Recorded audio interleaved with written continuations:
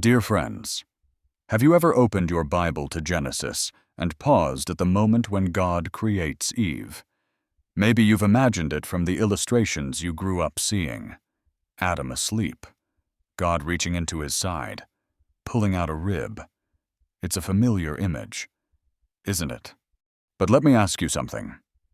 What if that image we've held for so long is incomplete?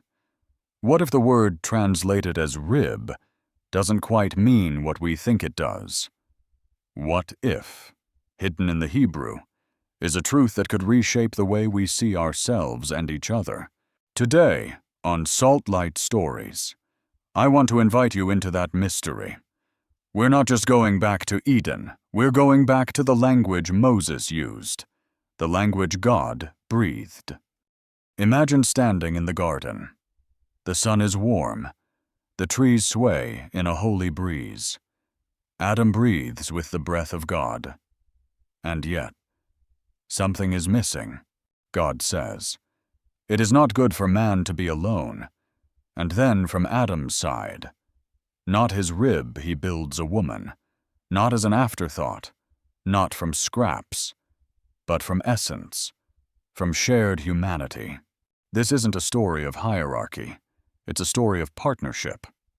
So let's open our hearts, open our Bibles, and walk through this together. Because when we see what the Hebrew actually says, when we uncover what tzela really means, it changes everything. Are you ready to see the garden with new eyes? And if this is your first time joining us, welcome at Salt Light Stories. We explore Scripture with reverence, wonder, and a heart for rediscovery.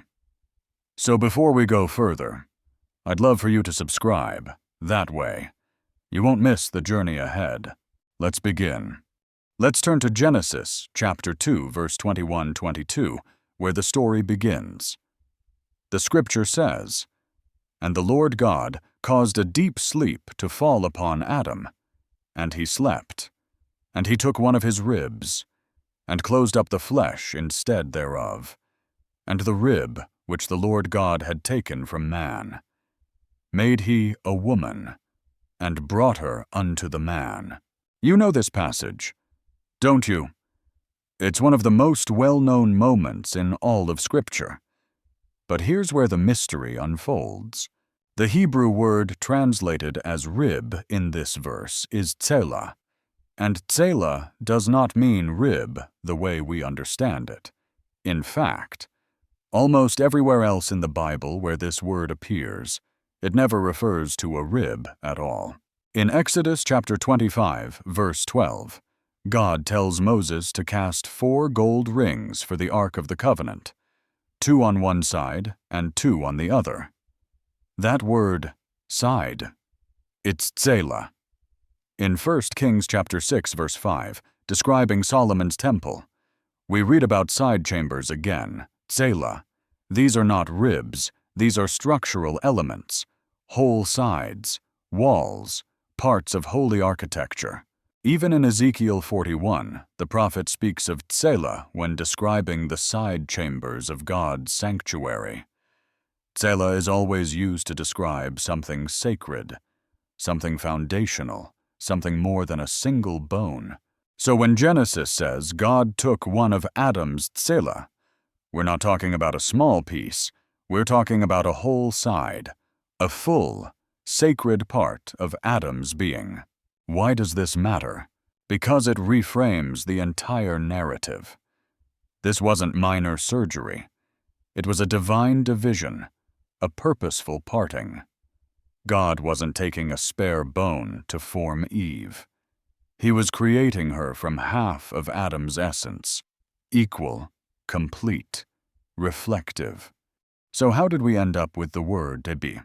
When the Hebrew Bible was translated into Greek in the Septuagint, tzela was rendered as pleura, a word that can mean rib or side.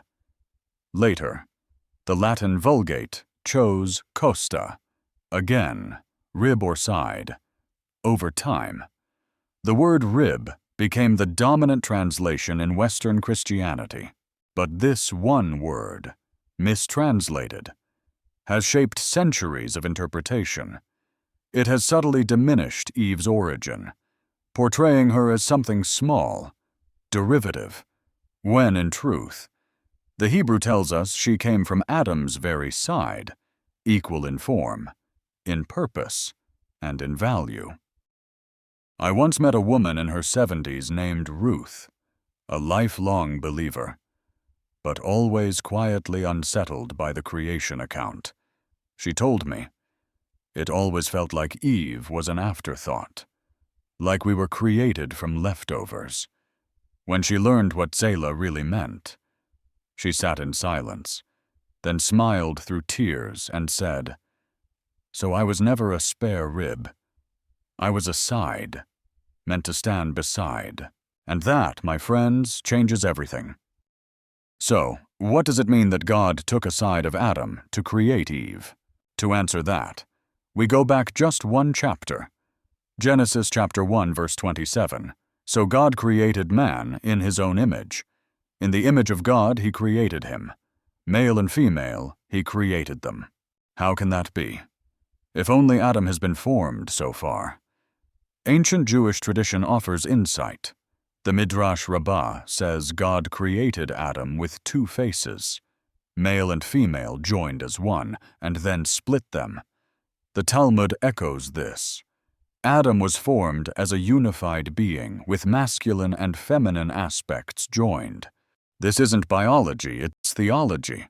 God's image was too vast to be reflected in one alone, so he divides one into two, not as an act of hierarchy, but of holy unveiling. Eve wasn't added, she was revealed. And the Hebrew reinforces this. Genesis chapter 2 verse 22 says, "And the side which the Lord God had taken from the man, he made into a woman."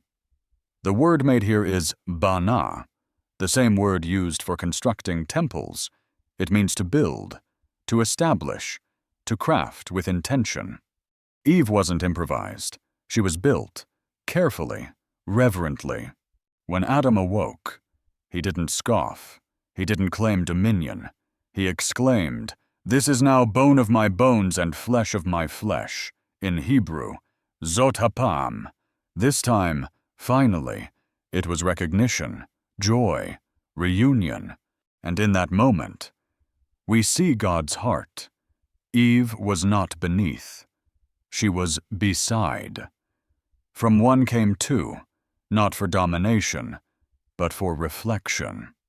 Even Genesis chapter 5 verse 2 affirms this. Male and female he created them, and blessed them, and called their name Adam. One name, one creation, two expressions. I once counseled a couple, Thomas and Mary, married 40 years, but distant. Mary felt unheard. Thomas felt pressured to lead alone. When they read this passage anew, side by side, we saw healing begin. They saw each other not as competitors, but as co-bearers, as one flesh again. This truth doesn't just inform, it transforms. But the harmony of Eden was shattered. Genesis 3 tells us of the serpent, the deception, and the fall. Adam and Eve eat the fruit. Their eyes open not to wonder, but to shame. They cover themselves. They hide. And then Adam says, "The woman you gave me, she gave me the fruit." Just like that, unity fractures, trust erodes, equality is marred by blame. In Genesis chapter 3 verse 16, God describes the consequence. Your desire will be for your husband, and he will rule over you. That wasn't the original design. That was the result of sin. God isn't prescribing this broken dynamic. He's naming it, and into that brokenness, he begins to weave a plan of redemption. Enter Jesus, the second Adam. In Matthew chapter 19, verse 5, 6, Jesus reaffirms Eden. The two shall become one flesh, so they are no longer two, but one. He doesn't point to the fall, he points to the beginning. And Paul writes in 1 Corinthians chapter 15, verse 45, "The first man, Adam, became a living being. The last Adam became a life-giving spirit." Jesus came to restore what was lost. Look at how he treated women. The Samaritan woman at the well. He spoke with dignity. The woman caught in adultery. He offered mercy. Mary Magdalene. He entrusted her with the resurrection message. Jesus didn't silence. He elevated. He didn't diminish. He restored. Sarah, a grandmother I met, once told me how learning this gave her courage to lead a Bible group in her home. For the first time, she said, "I feel seen in God's story." Galatians chapter 3, verse 28 echoes this restoration. "There is neither male nor female, for you are all one in Christ Jesus." Unity, not uniformity. Equality, not erasure. So what now? If Eve was made from a side, not a rib, how do we live differently? Maybe you've been told that leadership belongs to men alone. Maybe you've been pressured to suppress your voice, your gifting. But the Hebrew text says otherwise. It calls us to partnership. Let me tell you about John, a retired pastor. He'd always taught that women must submit, until he studied the word tzela, and it changed him. He wept, he apologized, and then he began preaching differently. Or my niece, who thought she had no place at the pulpit, until she saw how Jesus spoke to women. Now she teaches, with humility and fire. So, what will you do? If you're married, honor your spouse as your mirror, not your subordinate. If you're in ministry, make space for women to lead beside you. If you're single, carry this truth in your heart and reflect it in how you relate to others. Take this to your Bible study. Ask questions. Uncover the beauty. Open Genesis 2 and read it anew. It wasn't a rib, it was a side. Not subtraction, but sacred division. Let it reshape how you see, how you love, how you lead. Let's reflect together. What does this truth mean for us today? For you, for me, for anyone who has opened Genesis and asked, "God, what were you really showing us in the garden?" This story isn't just about the past. It's not simply a theological insight tucked into ancient Hebrew. It's an invitation, a blueprint, a mirror. If Eve was not taken from a rib, but from Adam's side, what does that say about how we are meant to live, love, and lead?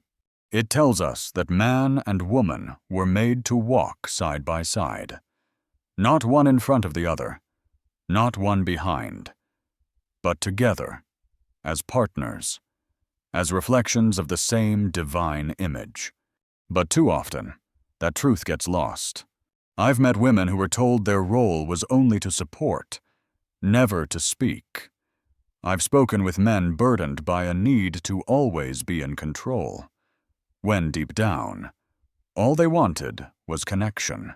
But God's design was never about control. It was about communion. So I ask you now, how will you live this truth? In your marriage, will you see your spouse not as someone to manage, but as someone to honor? In your church, will you make room at the table for voices that have long been silenced? In your friendships, your ministry, your decisions, will you choose partnership over power, presence over performance? This truth calls us higher. It calls us back, not to hierarchy, but to the garden, to that sacred place where bone meets bone, flesh meets flesh, and the breath of God moves between them. You are not a fragment, not a lesser part. You are not a rib. You are a side, a sacred, full, equal part of God's image-bearing creation. Take this truth and share it. With your Bible study, with your family, with your church. Open Genesis 2 together. Ask, what if we've misunderstood? What if there's more beauty here than we imagined? And then let that beauty change how you love, how you speak, how you lead. As Isaiah chapter 55, verse 9 reminds us, "As the heavens are higher than the earth, so are my ways higher than your ways, and my thoughts than your thoughts." God's way has always been higher, His blueprint more breathtaking than we dared to believe. So let's return, not just to Eden, but to Eden's purpose, to walk side by side, to reflect His glory together, to live not a rib but a side, together. And as we close, would you consider sharing in the comments what this truth means to you?